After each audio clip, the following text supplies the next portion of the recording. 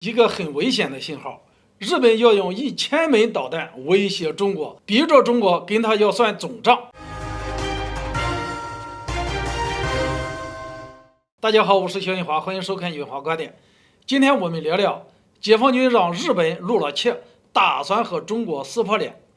作为中国的近邻，日本近来的所作所为完全可以视为引狼入室。这不，作为一个亚洲国家，不断加强与美国之间的关系也就算了，还总想着要和北约站上边，甚至不远万里跑去参加北约首脑峰会。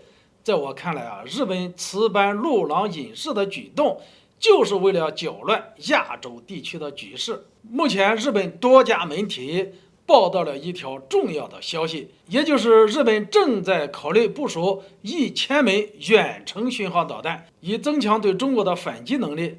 值得一提的是，日本考虑部署的这1000枚导弹，几乎都是12式反舰导弹的改进版，其有效射程被提升到1000多公里。然而，不只是射程有所提高，发射方式也增加了，从空中和海上都能进行发射。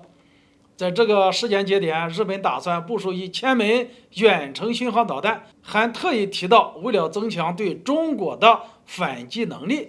在我看来日本这个举动有2个目的。其一，当然是为了制造紧张局势，给自己一个实现军事野心的机会。其二，就是解放军前所未的军演给威慑到了，于是日本露了怯，就打算和中国撕破脸，要用上千枚的巡航导弹瞄准我沿海地区。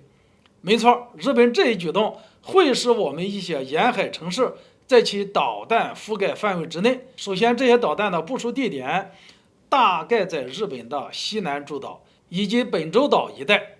其次，这些导弹的射程已经被提升到1000公里。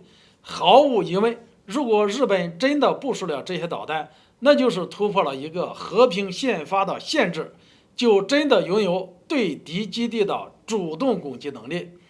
我们今天不得不说日本实在是太嚣张了，因为我国从来没有表示要将导弹瞄准日本，也从来没有制定过攻击日本的计划。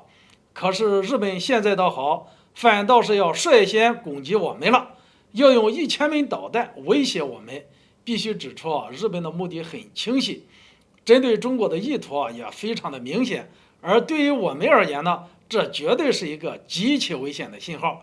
对此，我们必须提高警惕，也是时候做一些准备了。不过话又说回来，日本在这个时候叫嚣要部署1000枚导弹，实际上也暗示了日本对本土防卫能力的心虚，担心被对手的导弹饱和打击，却没有还手之力。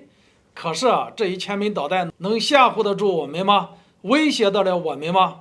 不得不说，历史总是惊人的相似。遥想当年，日本以为自己有舰船礼炮就能称霸太平洋，但是如今他认为有1000枚导弹就能威胁到我们，简直如出一辙。如果说日本的野心是不变量，那么我们的实际能力就是最大的变量。因为今天的中国绝不是当年的中国了。在我看来，日本倘若要在军事层面对我们玩一手绝的，真的要用1000枚导弹对付我们，那么就是在逼着我们给他算一算总账。还是奉劝日本一句话，不要把自己推向一个终将无法承受的赌博，一旦输了，可不会再有翻盘的机会了。今天这个话题就聊到这里，欢迎大家留言交流，下次见。